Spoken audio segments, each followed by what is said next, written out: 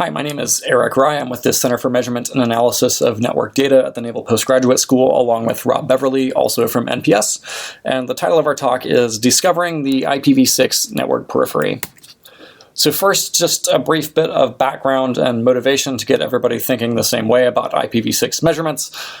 First, the most obvious challenge to measuring IPv6 is that the address space is extraordinarily large, and it's also incredibly sparse. And so we can't play the same kinds of games that we do in IPv4, like just exhaustively probing all of the public IP addresses.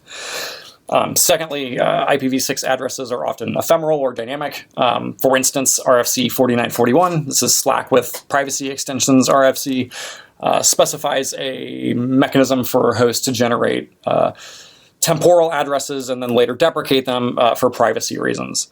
And then finally, in IPv6, there's no need for NAT, unlike in IPv4, just because the address space is so large. And so the implication here is that IPv6 is deployed in a different way than IPv4, and so we probably need to measure IPv6 in a different way than we measure IPv4. But the crux of our paper is that potentially we need to measure different parts of the IPv6 address space from differently than other parts of the IPv6 address space too. Because our talk is discovering the IPv6 network periphery, we need to define what the heck we mean when we talk about the periphery. So specifically, we are not looking at things like clients and servers and endhosts. We're not interested in those types of devices.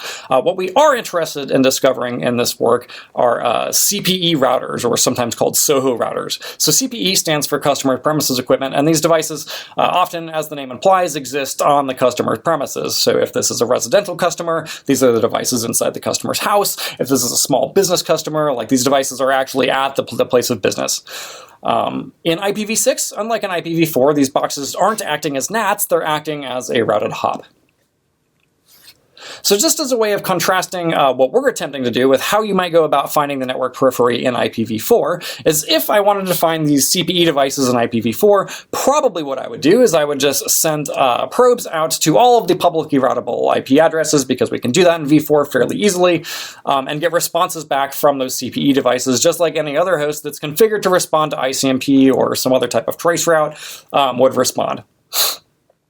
Notice here that in IPv4, the customer subnet is an RFC 1918 network, and so even if I wanted to, I couldn't send probes towards that customer's network.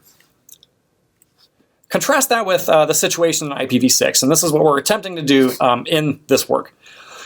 So notice first that the customer subnet is a publicly routable network, and also notice again that the CPE router in IPv6 is a routed hop. Now, because the IPv6 address space is so large, it would be infeasible that we would ever be able to guess what that CPE router's address is and send a probe directly to it. That's not likely to happen. But we might be able to guess or infer what that customer's network is behind that CPE router. And because that CPE is a routed hop, and the customer subnet is publicly routable, if I'm able to send a trace, some kind of trace, towards that customer subnet, eventually it's going to reach that CPE router, and I'll get some kind of message back from that CPE router. And inside of that message, I'll have that CPE router's address, and we will have discovered that CPE router. Notice that it's unlikely that I'm ever going to hit anything inside that customer subnet, but if my aim is just simply to find the CPE, I don't need to. So the reality is a little bit more subtle. So many mapping systems like Kata's Archipelago are sending traces to random addresses inside of networks that are advertised in the BGP all the time. Like I said a second ago, it's unlikely that those traces are going to reach this, some CPE device or inside of that network, and it's even less likely that those traces are going to reach a responsive host. And so when we see traceroute data like this, it's sometimes ambiguous what we're looking at. So in this example, notice that in hop 6 and hop 7, the probes reach the targets/32 network, but after hop 7, I don't get any more responses.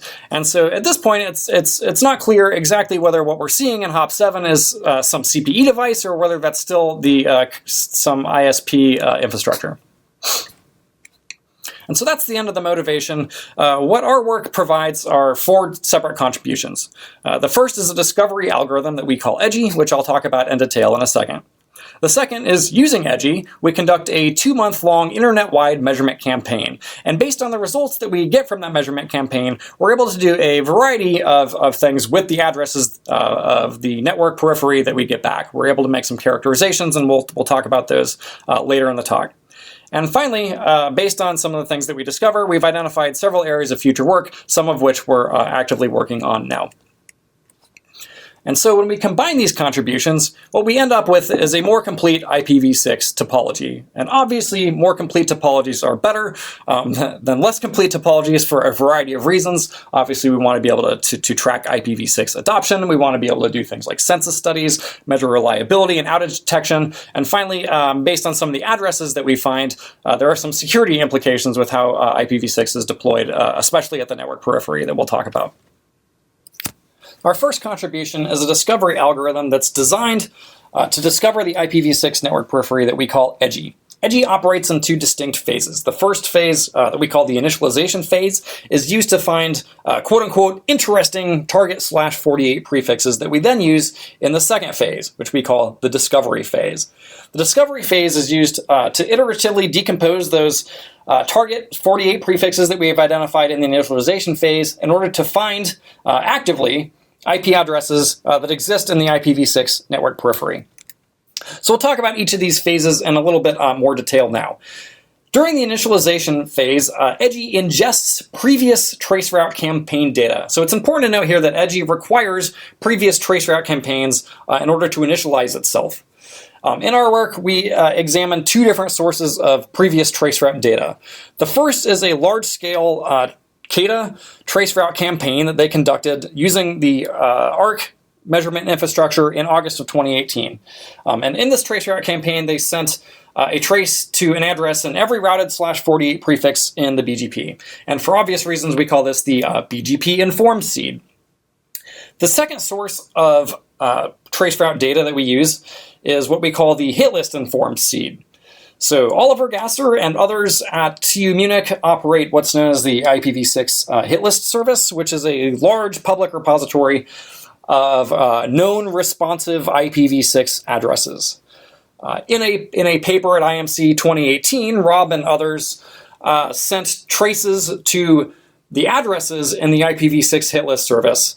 And this is the second source of seed data, that traceroute campaign, which we call the hit list informed seed data, because the trace targets were the addresses in the IPv6 hit list. So we use both of these sources of seed data to find interesting target/48 prefixes, where interesting is defined as last hops that were generated only in traces to a single /48 prefix.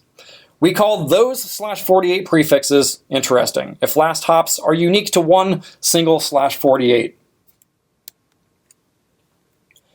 So a visualization of this is in the following 2 slides. So in the first scenario, imagine this vantage point sends traces to targets in 3 different /48s, A, B, and C.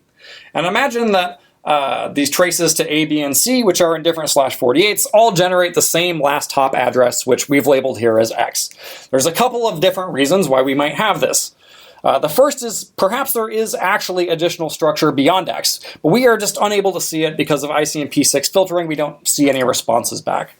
A second reason this might happen is if there's no further subnetting. If A, B, and C actually do exist within the same subnet, we would get the same last hop address. In this case, Edgy would not find these interesting because X is generated in traces to 3 different /48s. A second, more interesting scenario for Edgy is the following. Again, imagine the vantage point sends traces to targets in 3 different /48s, A, B, and C. And this time, imagine that the trace to target A generates Z as a last hop, as a last responsive hop, and Z is only generated in traces to the A/48. Similarly for Y and B, and X and C. In this case, Edgy would find A, B, and C to be interesting /48s, and it would use those in the discovery stage. Speaking of the discovery phase, once we've gathered all of those target /48 prefixes from the initialization phase, we're going to probe them in rounds iteratively using YARP. YARP is a high-frequency topology discovery tool that's essentially a stateless traceroute that's developed by Rob Beverly. So we're going to probe these /48 prefixes in rounds, and each round has a different probing granularity. The first round, what we do is we send a probe to each constituent /56 in each of the target /48s.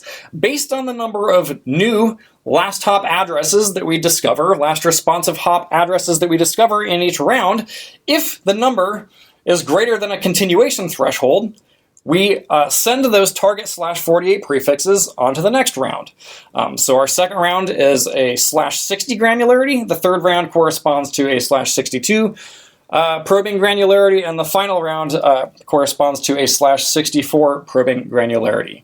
The intuition here is that we're going to probe target /48 prefixes that produce new periphery addresses at progressively finer intervals.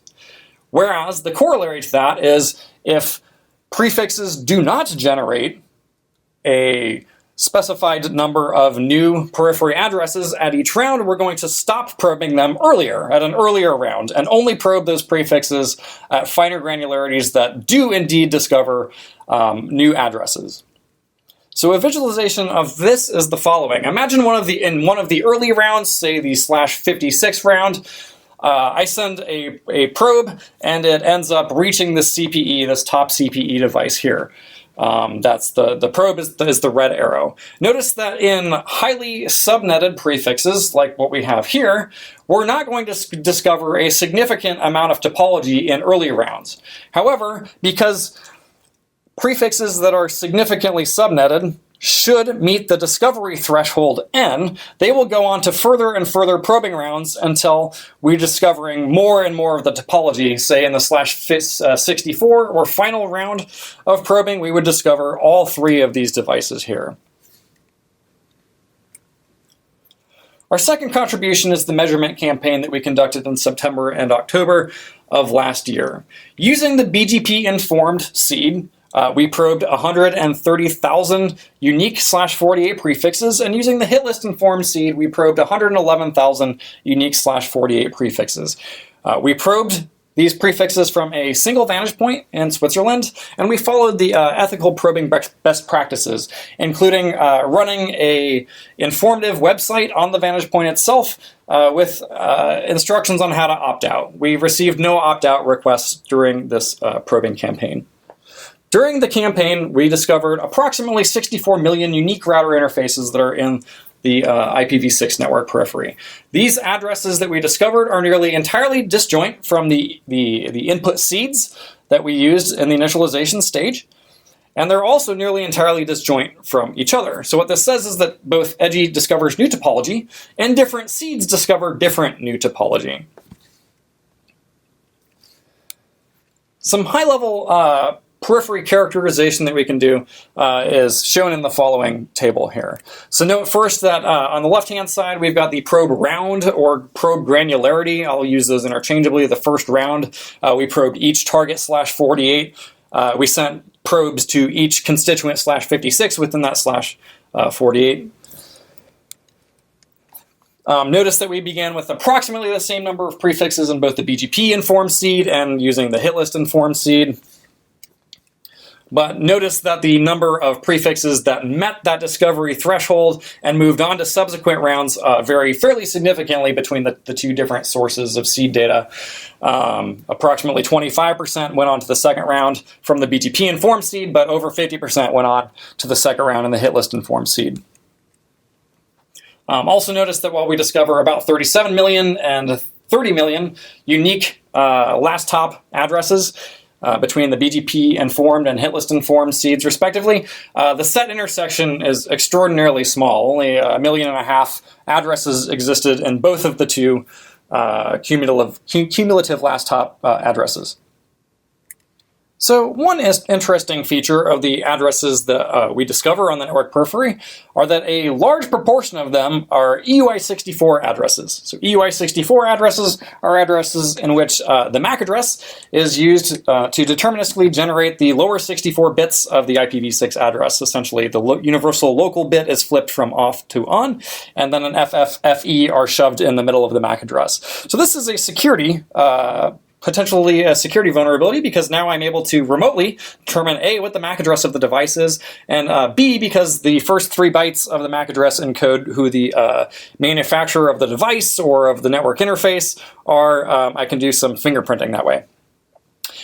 Of the 30 million EUI64 addresses that we discovered only 16 million unique MAC addresses, however, decomposing those EUI64 addresses. And we'll talk about why that happens in a second when we talk about this phenomenon that we notice that we call prefix cycling. A way that we used to differentiate the addresses that Edgy discovers from previous studies is we examined the normalized entropy of the lower 64 bits of the IP addresses. And we noticed that Edgy discovered addresses typically had a much higher entropy IID. The reasons for this are that Edgy addresses are typically EUI64 slack, or they're stateless address auto configuration with privacy extension slack. And what this suggests is that Edgy devices or Edgy addresses are typically on periphery devices, CPE, devices that are unmanaged, devices that are generating their own address. Whereas in previous studies, the IIDs tend to be lower, and this would occur for devices that are managed, that someone has to remember the IP address, things like ::1 or : and then some leet speak thing like beef are reasons that you would generate a lower entropy IID from an IP address. So we'll talk next about 2 different pathologies that we saw in our study. The first I hinted at just a second ago, that we call prefix cycling. And what prefix cycling is we've noticed 2 providers mainly, Versatel and a Vietnamese provider called Vietnam Post and Telecommunications Group, or VNPT, that take back and then reissue a different prefix to their customers on about a 24-hour basis.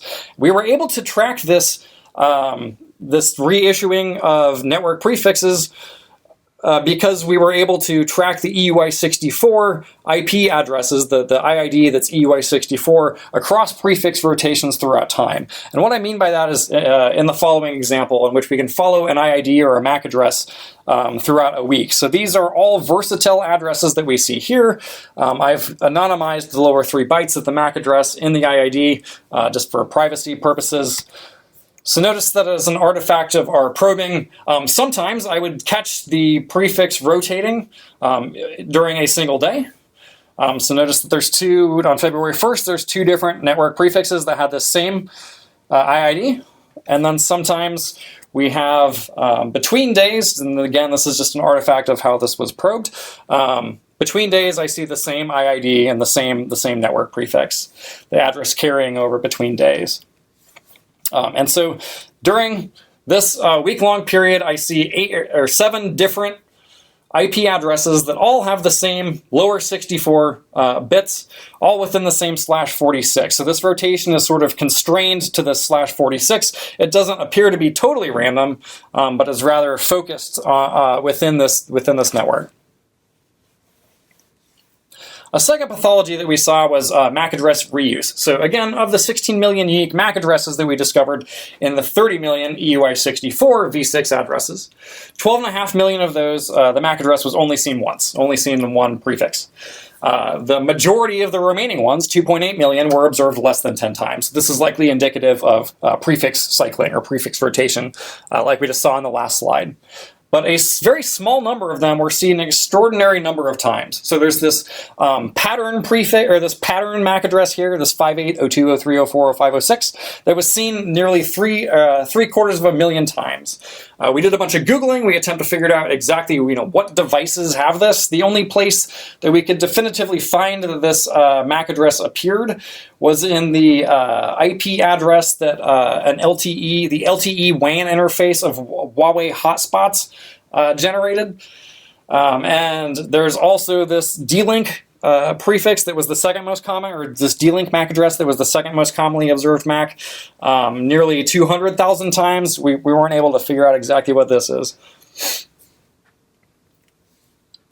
And finally, another interesting thing that we can do with the addresses that we've discovered in the network periphery is we can infer what provider allocation strategies or policies are. In other words, we can infer what size subnets providers allocate to customers based on the last responsive hop that we get from Edgy probes towards customer subnets. So the next 3 slides are visualizations of 3 different deployment situations. One I call uniform /56s. There's another I call the binary tree allocation strategy, and then a final one in which uniform /64s are allocated by a provider to their customers. So I need to explain this visualization up front. All three of the following target /48s visualizations that you'll see made it to the 4th round of Edgy probing. And so these had all received a probe to a random IID in each /64 of these /48s that you're about to see. So the /48, the target /48 is listed above the plot. The y-axis is the 7th byte of the IPv6 address that was used as the target, and the x-axis is the 8th byte of the IPv6 address of the target. Now, every color that you see in the plot is a different responsive last hop address. So here what we're seeing in this Charter Communications target /48 is 256 evenly distributed horizontal lines that represent /56s. So in this particular /48, this is a uniform /56 allocation to customers. In this visualization, this is what I'm calling the binary tree allocation. This is a Time Warner /48 that's pretty clearly divided into 4 different quadrants. Right? There's this this orange background, this blue background, green, and red. And those represent 4 /50s. Now, each of these /50s appears to be broken up into 4 different portions as well. The first portion of each of these /50s is allocated to /64s, and that's this pixelated color map in the top 4th of each one of those 4 primary colors. We see that the first quadrant has kind of filled up, and it looks like they're allocating /64s now out of that 3rd quadrant. Significant portions of each of those /50s are unallocated, though, and all have the same blast hop. That's what those solid colors are.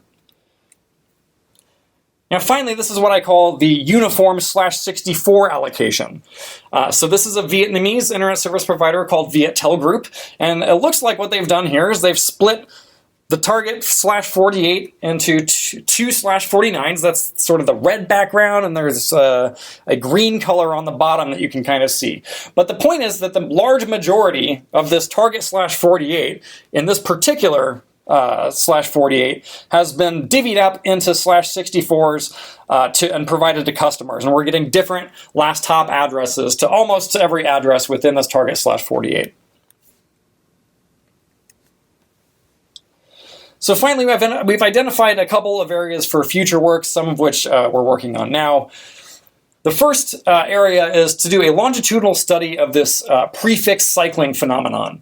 So taking a look at Versatel and VNPT, which is another service provider that we see doing this high-frequency prefix cycling, can we predict when these prefixes are going to change? Can we predict what the next prefix will be for a particular IID? Can we understand how addresses move in relation to another? That is, if you and I both have subnets behind our CPE that are allocated out of the same /48, is that going to be true tomorrow? And then finally, we want to couple Edgy discovery with other measurements. So because oftentimes V6 addresses are temporal, we want to do a bunch of other measurements when we discover these network prefix or these network periphery addresses in order to maximize the discovery and then other characterizations that we can make. So for instance, sending ICMP echoes and doing banner grabs, that kind of thing. So in conclusion, we've introduced Edgy, which is a technique that's explicitly aimed at discovering the IPv6 periphery. We use Edgy to probe prefixes at increasingly finer and finer granularities, while address discovery meets some sort of threshold. So we're probing prefixes that produce more addresses and not probing prefixes after they stop producing new addresses. Edgy provides a significant step towards a more complete IPv6 topology because it's discovering the addresses that are on the periphery. And Edgy allows us to make deeper insights about the network periphery. We've identified these phenomenon known as prefix cycling. We've discovered a large amount of EUI64 addresses in the network periphery and seen this MAC reuse pathology. And in addition, we're able to make some inferences about per provider allocations, see how providers are divvying up their prefixes to customers. Thanks, and I'll now take questions.